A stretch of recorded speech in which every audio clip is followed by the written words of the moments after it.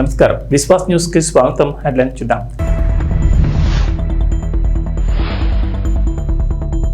నేడు తెలంగాణ బడ్జెట్, పలు శాఖలకు అధిక కేటాయింపులు.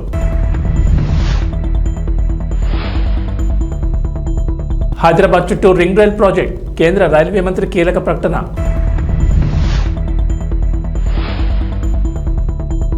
ఏపీలో మందుబాబులకు శుభవార్త, కీలక ప్రకటన చేసిన ప్రభుత్వం.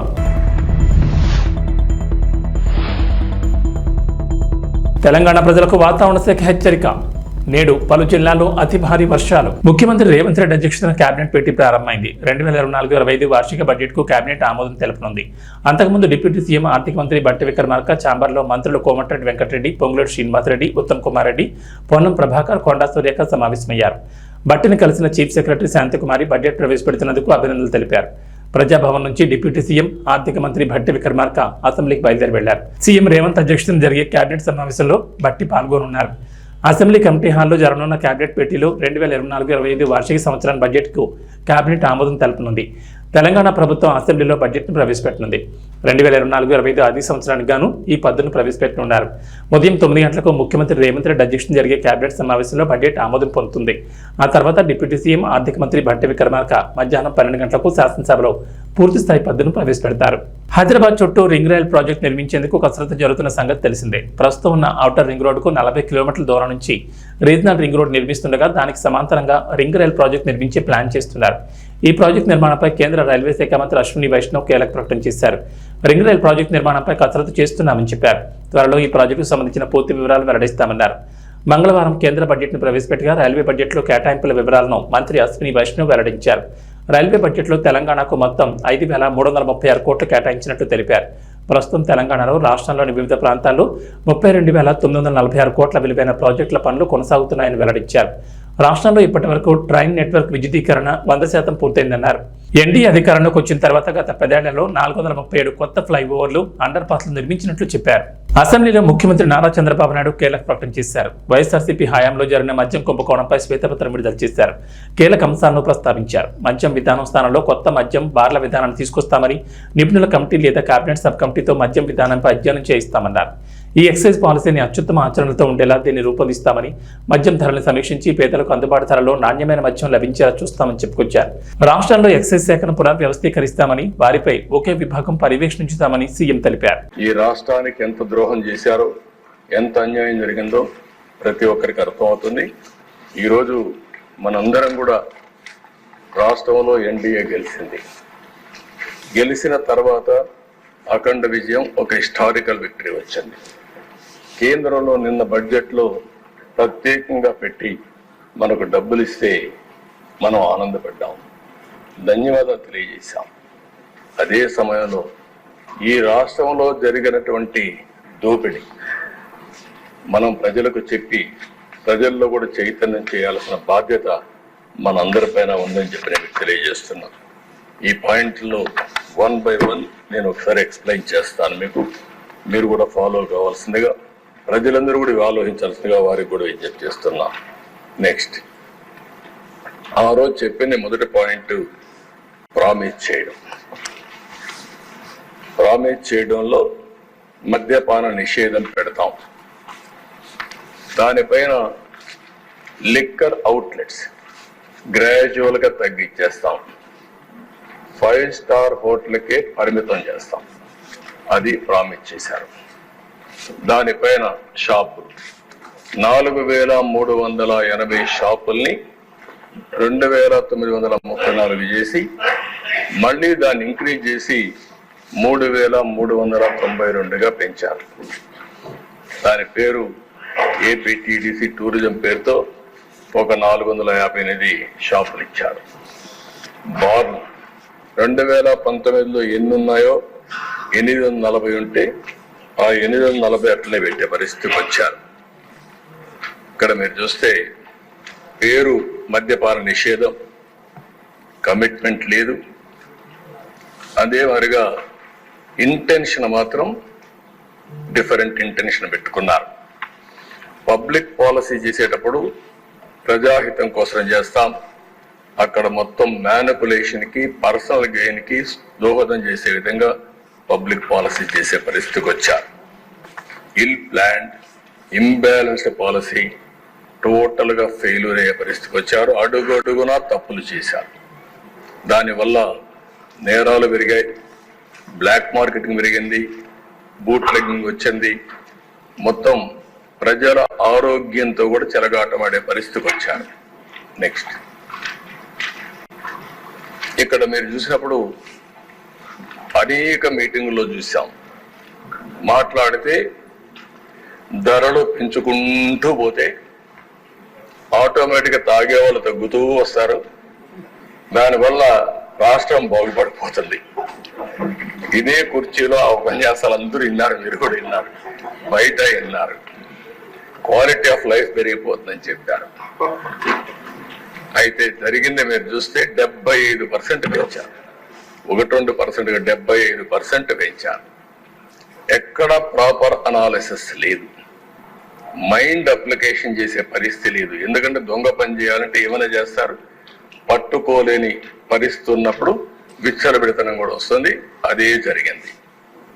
మీరు ఫస్ట్ ఇది మీరు చూస్తే ఏదైతే ARET introduced at flat rate for bottle through 422 GO number 39/2019 category వారుగా అక్కడ పెట్టారు. మీరు IMFL, FL అని పెట్టి 60-90 మిల్లీలీటర్స్, 180, 375, 750 ఇట్లా డిఫరెంట్ మిల్లీలీటర్స్ పెట్టారు.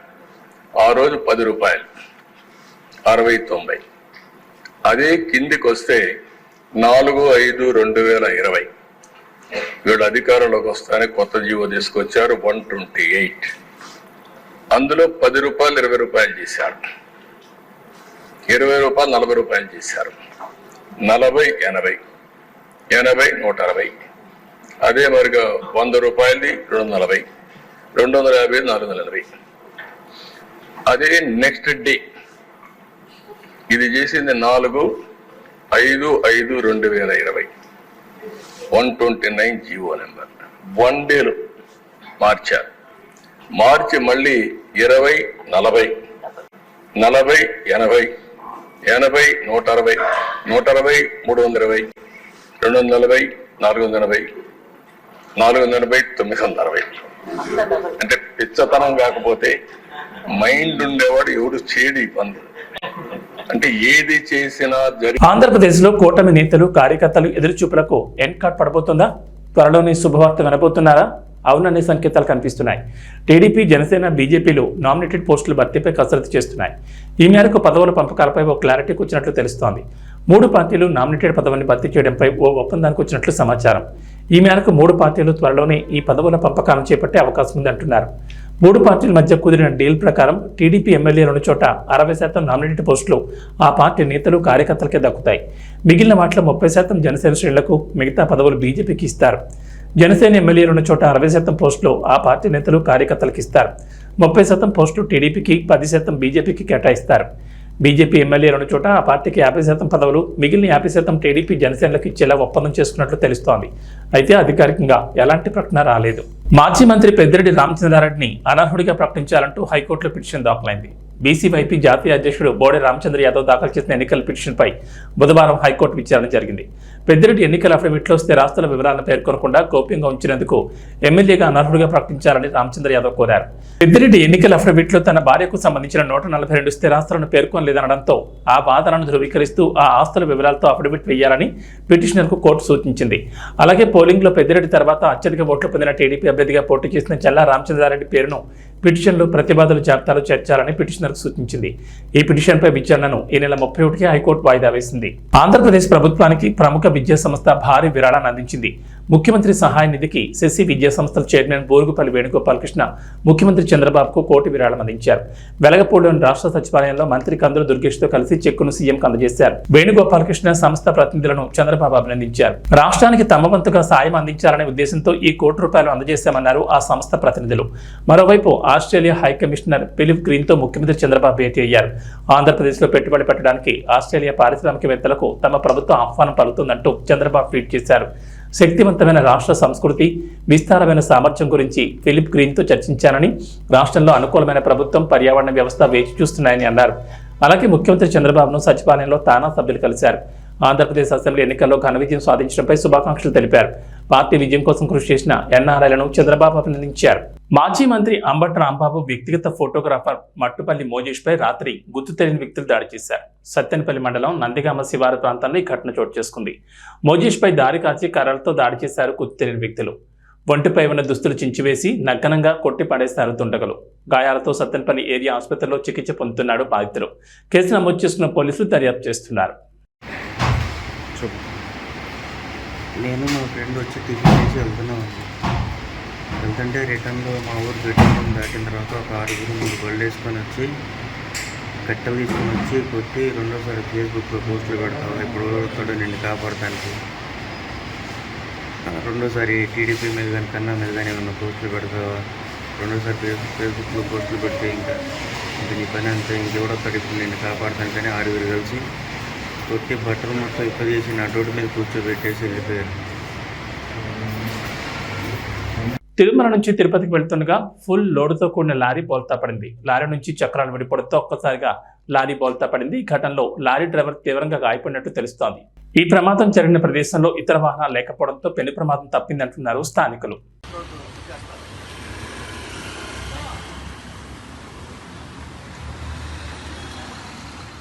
ఓ మహిళను చెట్టు కట్టేసి కట్టెలతో కొడుతూ చిత్రహింసలు పెట్టారు. కోడిగుట్లతో దాడి చేశారు. గదిలో బంధించి బట్టలోడు తీసి హత్యాయత్నం చేశారు. స్థానికుల సమాచారంతో బాధితురాల్ని వీరపల్లి స్టేషన్ తీసుకెళ్లారు పోలీసులు. రాయచోటి ప్రభుత్వ ఆసుపత్రిలో వైద్యం చేయించుకున్న బాధిత మహిళ. ఈ మహిళకు రాయచోటి ప్రభుత్వ ఆసుపత్రిలో వైద్యం చేయించారు. పూర్తి వివరాలు తెలియాల్సి ఉంది.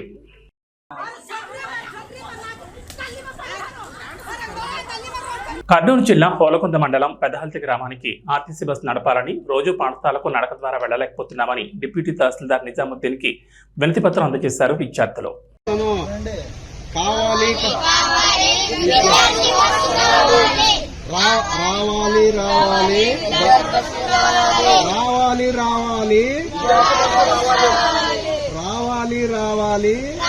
తెలంగాణ అసెంబ్లీ సమావేశాల్లో భాగంగా కేంద్ర బడ్జెట్లో తెలంగాణకు అన్యాయం జరిగిందన్న అంశంపై శాసనసభలో భారీ వేడి చర్చ జరిగింది.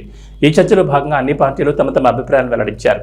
ఈ క్రమంలో అధికార పక్షానికి ప్రతిపక్ష నేతలకు మధ్య మాటలు ఎత్తు నడవగా చివరికి సీఎం రేవంత్ రెడ్డి ప్రవేశపెట్టిన తీర్మానానికి బీఆర్ఎస్ మద్దతు తెలిపింది. కాగా బీజేపీ ఎమ్మెల్యేలు వ్యతిరేకిస్తూ సభ నుంచి వాకౌట్ చేయడం గమనార్హం. కేంద్ర బడ్జెట్లో తెలంగాణకు అన్యాయంపై రాష్ట్ర ప్రభుత్వం పెట్టిన తీర్మానాన్ని తాము ఏకగ్రీవంగా ఆమోదిస్తామని హరీష్ రావు వెల్లడించారు. కేంద్ర బడ్జెట్లో తెలంగాణ రాష్ట్రానికి అన్యాయం జరిగిందనేది వాస్తవమని హరీష్ రావు తెలిపారు. ఈ అన్యాయంపై రాష్ట్ర ప్రభుత్వం ఢిల్లీకి అఖిలపక్షాన్ని తీసుకెళ్తామంటే వచ్చేందుకు తాము సిద్ధంగా ఉన్నామన్నారు. అంతేకాదు బడ్జెట్లో రాష్ట్రానికి మొండి చేయి చూపించినందుకు నిరసనగా సీఎం రేవంత్ రెడ్డి ఢిల్లీలో దీక్ష చేస్తామంటే తాము మద్దతిస్తామన్నారు. అయితే అందుకు సీఎం రేవంత్ రెడ్డి స్పందిస్తూ మాజీ సీఎం కేసీఆర్ దీక్షకు వస్తానంటే తాను తప్పకుండా ఢిల్లీలో దీక్ష చేస్తానని వివరించారు. సభానాయకుడు కూడా అయ్యల పేర్లు చెప్పుకొని మేనేజ్మెంట్ కోటాలను సభానాయకుడు మాట్లాడొచ్చా? ఇది సంస్కారమా? ప్లీజ్. మరి నేను ఒక సభ్యుడిని, నా హక్కులు కూడా మీరే కదా కాపాడాలా? వారు మాట్లాడినప్పుడు తప్పకుండా సమాధానం చెప్పాలా? అధ్యక్ష, నేను ఒకటే చెప్తా ఉన్నాను. అధ్యక్ష తమరిని కోరేది, ఈరోజు మేము స్పష్టంగా చెప్తున్నాం, గవర్నమెంట్ ఏదైతే చర్చ ప్రారంభించిందో ఆ చర్చను మేము స్వాగతిస్తున్నాము, 100% సమర్థిస్తున్నామనే మాట నేను చెప్తా ఉన్నా. అయితే ఒకటేమంటే భవిష్యత్తులోనైనా శ్రీధర్ బాబు గారు, ఈరోజు మీరు బిజినెస్లో రెజల్యూషన్ అని ఇచ్చారు, భవిష్యత్తులో పెట్టండి. సబ్జెక్ట్ మీద చర్చ ఉంటే ఆ చర్చకు స్టేట్మెంట్ ఇవ్వండి, so that members can come prepared. అది వదిలేస్తే, ఆ మీమాంస వదిలేస్తే, అధ్యక్ష ఇప్పుడే నేను చెప్పాను అధ్యక్ష, మేము సీరియస్ విషయం కాబట్టి రెజల్యూషన్ సరిగ్గా పెట్టమని చెప్తున్నా వెంకరెడ్డి గారు. అధ్యక్ష, ఈ రకంగా మంత్రులు డిస్టర్బ్ చేయడం మాటికి పద్ధతి కాదు. సీనియర్ మెంబర్లు ఇదేం పద్ధతి అధ్యక్ష?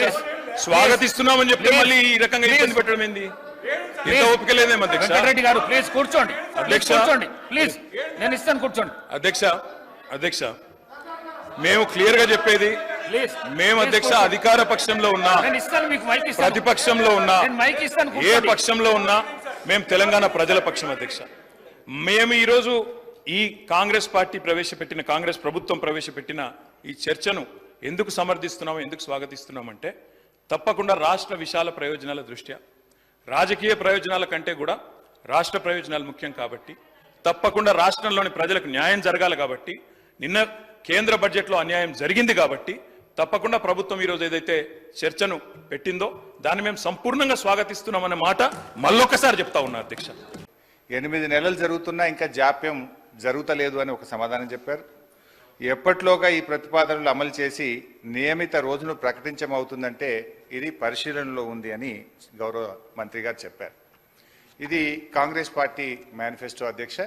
ఈ మేనిఫెస్టోలో page number 28 item number 14 TSRTC సిబ్బంది సంక్షేమం.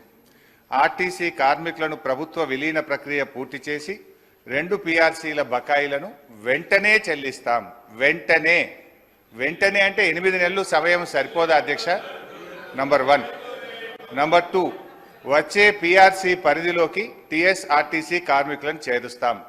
నంబర్ 3, రాష్ట్ర ప్రభుత్వ ఉద్యోగులతో సమానంగా అన్ని వసతులు సదుపాయాలు కల్పిస్తాం. నంబర్ 4, ఆర్టీసీ బస్సులను ఆధునీకరించి విస్తరిస్తాం. అధునాతనమైన సౌకర్యాలతో కొత్త సర్వీసులను ప్రారంభిస్తాం. Number 6 and the last, RTC union పునరుద్ధరణకు అనుమతి ఇస్తాం. అదేవిధంగా అధ్యక్ష, ఎందుకంటే ఇవన్నీ అధ్యక్ష గతంలో ఇవాళ మేము మా ప్రభుత్వం ఉన్నప్పుడు ఆర్టీసీ కార్మికులకు ప్రభుత్వ ఉద్యోగులకు 43% ఫిట్మెంట్ ఇస్తే ఆర్టీసీ కార్మికులకు 44% ఫిట్మెంట్ ఇచ్చాం. గత తెలుగుదేశం ప్రభుత్వంలో కార్మికులకు కేవలం బడ్జెట్లో 100 కోట్లు పెట్టారు. కాంగ్రెస్ ప్రభుత్వం 200 కోట్లు పెట్టింది. కానీ మా ప్రభుత్వం 1000 కోట్లు, 1500 కోట్లు, 1500 కోట్లు బడ్జెట్ లో పెట్టి ఆర్టీసీ సంస్థను మేము కాపాడాలి. సార్, గౌరవ సీనియర్ శాసన సభ్యులు హరీష్ రావు గారికి తెలిసి కారణాలు ఏమిటి? దెన్ లాస్ట్ క్వశ్చన్ అధ్యక్ష, మనకు కార్మికులకు సంబంధించి మోటార్ ట్రాన్స్పోర్ట్ యాక్ట్ ఉంటుంది. డ్రైవర్లు కానీ కండక్టర్లు కానీ 8 గంటల కంటే ఎక్కువ పని చేయకూడదని ఉంటుంది. ఇందులో మహిళా కండక్టర్లు కూడా ఉన్నారు. కానీ వాళ్ళని 16 గంటలు 18 గంటలు పని చేయించడం వల్ల పని ఒత్తిడికి లోనై దాదాపు కొన్ని వందల సంఖ్యలో కార్మికులు చనిపోతున్న మాట వాస్తవమా? మహాలక్ష్మి పథకం వచ్చిన తర్వాత ఓవర్లోడ్ కావడం ద్వారా పని గంటల భారం పెరిగి దానికి సరిపడా మీరు డ్రైవర్లను కండక్టర్లను నియామక చేయకపోవడం వల్ల ఒక్కొక్కరు 16 గంటలు 18 గంటలు పనిచేసి కార్మికులు ఇబ్బంది పడుతున్న విషయం ప్రభుత్వం దృష్టికి వచ్చిందా? దానికి అనుగుణంగా కండక్టర్ల డ్రైవర్ల నియామకం ఎప్పట్లోగా చేస్తారు. సో మళ్ళీ ఒకసారి ఫైనల్గా దయచేసి మేము ప్రభుత్వాన్ని రాజకీయాలకు పోకుండా వెంటనే ఆర్టీసీ ఉద్యోగులను ప్రభుత్వ ఉద్యోగులుగా గుర్తించే ప్రక్రియ ఏర్పాటు చేయాలని, దాని స్పెసిఫిక్ డేట్ ఇచ్చి ఈ రాష్ట్రంలో ఎంతో ఆశలతో ఎదురు చూస్తున్న ఆర్టీసీ ఉద్యోగులకు ఈ సభ ద్వారా తీపి కబురు అందించాలని మీ ద్వారా ముఖ్యమంత్రి గారిని, మంత్రి గారిని కోరుతున్నాను. పశ్చిమ గోదావరి జిల్లా భీమవరం మెంటివారి తోట 1-2 వార్డులో వరద బాధితులకు తెలుగు మహిళ నసీమా బేగం సౌజన్యంతో ముంపు గురైన నిరాశ్రయులకు సుమారు 300 మందికి భోజనాలు పంపిణీ చేశారు. ఇందులో భాగంగా మాట్లాడుతూ తోట సీతారామలక్ష్మి, స్థానిక ఎమ్మెల్యే పులపతి రామాన్యాల ఆదేశాల మేరకు మెంటే పార్థసారథి, మెంటే గోపి, గంటా త్రిమూర్తులు, ముద్దుల రాము, ఏసుపాదం ఎలాంటి కార్యక్రమాలు చేయాలని, దాతలకు సహాయ సహకారాలు అందించాలని బీజేపీ, టీడీపీ, జనసేన నాయకులు, కార్యకర్తలు, వీర మహిళలు పాల్గొన్నారు.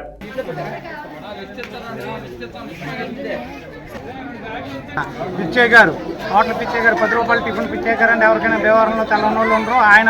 ఆయన సౌజన్యంతో రేపు ఇవ్వడం జరుగుతుంది. దీనికి స్పందించి ఇంకా ఇతరులు కూడా దీనికి ఇటువంటి కార్యక్రమాలు చేయాలని కోరుతూ తెలుగుదేశం కార్యకర్త అన్ని కూటమికి కారణంగా మెంటూరు తోటలో లోతట్టు ప్రాంతంలో వెళ్ళిపోయింది.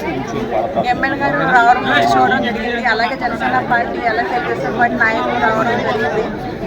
అక్కడ సారు వెంటనే చూసి సమస్యని పరిష్కరించాలని చెప్పి మహిళలందరూ వచ్చి అక్కడ గోడ కట్టి ఇవ్వాలని చెప్పి అడిగారు. ఎమ్మెల్యే గారు సమస్య పరిష్కరిస్తానమ్మా అన్నారు. ఎందుకంటే అక్కడ వర్షం వచ్చినప్పుడల్లా నీళ్ళు నిండిపోయి పిల్లలు కూడా చనిపోవడం జరిగింది. అలాగే ఎమ్మెల్యే గారు కూడా మోటార్ పెట్టి తోయించడం జరిగింది. ఇలాంటి సమస్య మళ్ళీ రాకుండా ప్రభుత్వం మళ్ళీ సమస్య నాకు పరిష్కరించాలని చెప్పి అలాగే దాతలు ముందుకొచ్చి ఈ వార్డులో అన్నదానం కానీ అలాగే ఆర్థిక సహాయం కానీ చేయాలి. మెంటేవర్ తోటలో ఇప్పుడు వర్షాకాలంలో నీరు రావటం చాలా ప్రాబ్లంగా ఉంటుంది ప్రజలకి. కానీ ఎమ్మెల్యే గారు కూటమి ప్రభుత్వం వచ్చిన తర్వాత ఎమ్మెల్యే గారు వచ్చి ప్రజల సమస్యలన్నీ తెలుసుకొని ఇలా ఉందమ్మా అని అన్నారు. అలా తెలుసుకొని వెళ్ళారు. అలాగే ఏంటంటే ఇప్పుడు దాతలందరూ ముందుకొచ్చి ప్రతి ఒక్కరికి కూడాను వారం రోజుల నుంచి ఏదో అన్న సాయం చేస్తున్నారు. ప్రతి ఒక్కరు కూడా తోసినంత మట్టుకు. కానీ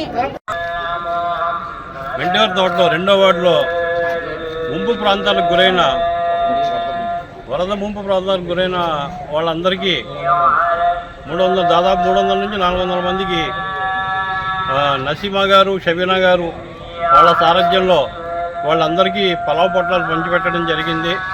ఇలాంటి కార్యక్రమాలు తెలుగుదేశం పార్టీ తప్ప ఇంకే పార్టీ చేయలేదు.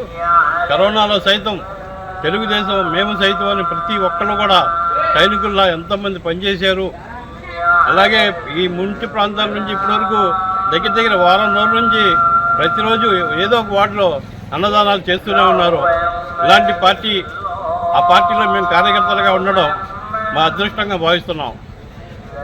ఈ ప్రోగ్రాంకి మాకు సహకరించిన బాబులు గారికి కృతజ్ఞతలు. ఈ కార్యక్రమాలు ఇంకా దగ్గర ఇంకో 10 రోజుల దాకా జరుగుతాయండి.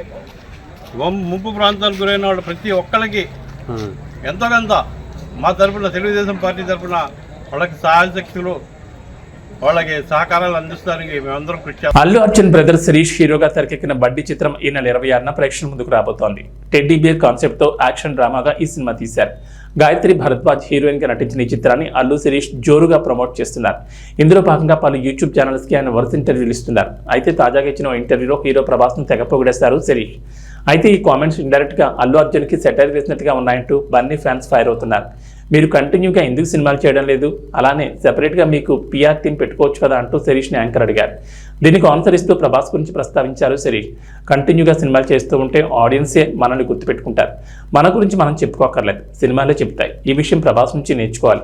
ఆయన అసలు ఎక్కడా కనపడరు, కానీ ఆయన సినిమాలు మాత్రం కనీసం 10 నెలలకు ఒకటైనా వస్తుంది.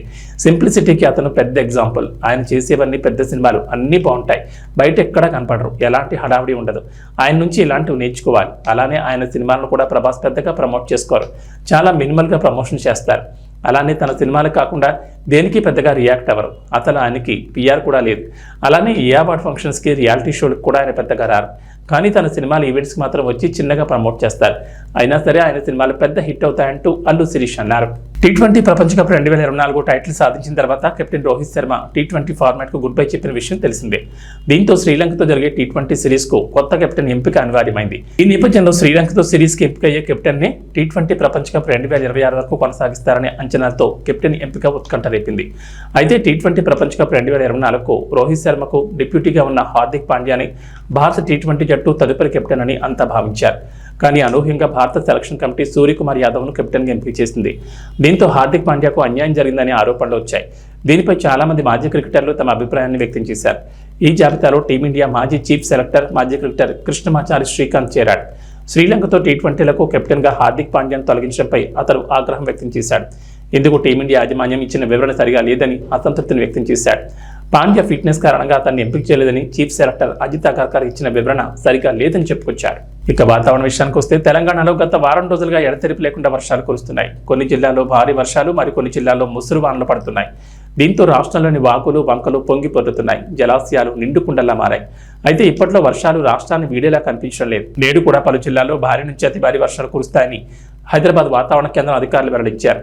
మరో 2 రోజుల పాటు ఈ వర్షాలు ఇలాగే ఉంటాయన్నారు. ఉత్తర ఛత్తీస్గఢ్ వద్ద అల్పపీడనం ఏర్పడిందని అధికారులు వెల్లడించారు. అది ప్రస్తుతం తూర్పు మధ్యప్రదేశ్గా కొనసాగుతుందన్నారు. దీని ప్రభావంతో తెలంగాణలోని పలు జిల్లాల్లో అత్యంత భారీ వర్షాలు కురుస్తాయన్నారు. ముఖ్యంగా ఉత్తర తెలంగాణకు జిల్లాలకు వర్ష ప్రభావం ఎక్కువగా ఉంటుందని చెప్పారు. ఆసిఫాబాద్, పెద్దపల్లి, జగిత్యాల, మంచిర్యాల, భూపాలపల్లి జిల్లాలో అత్యంత భారీ వర్షాలు కురుస్తాయని వాతావరణ కేంద్రం వెల్లడించింది. ఈ మేరకు ఆయా జిల్లాలకు ఎల్లో అలర్ట్ జారీ చేశారు. నిర్మల్, నిజామాబాద్, కరీంనగర్, కామారెడ్డి, ములుగు, వరంగల్, హనుమకొండ, జనగాం జిల్లాలో ఓ మోస్తరు వర్షాలు కురిసే ఛాన్స్ ఉందని పేర్కొన్నారు. వర్షంతో పాటు ఉరుములు, మెరుపులు, కొన్ని చోట్ల పిడుగులు పడే ఛాన్స్ ఉన్నట్లు అధికారులు వెల్లడించారు. ప్రజలు అప్రమత్తంగా ఉండాలని, అవసరమైతేనే బయటకు రావాలని సూచిస్తున్నారు. ఇవి బులెటిన్ విశేషాలు. నమస్కారం.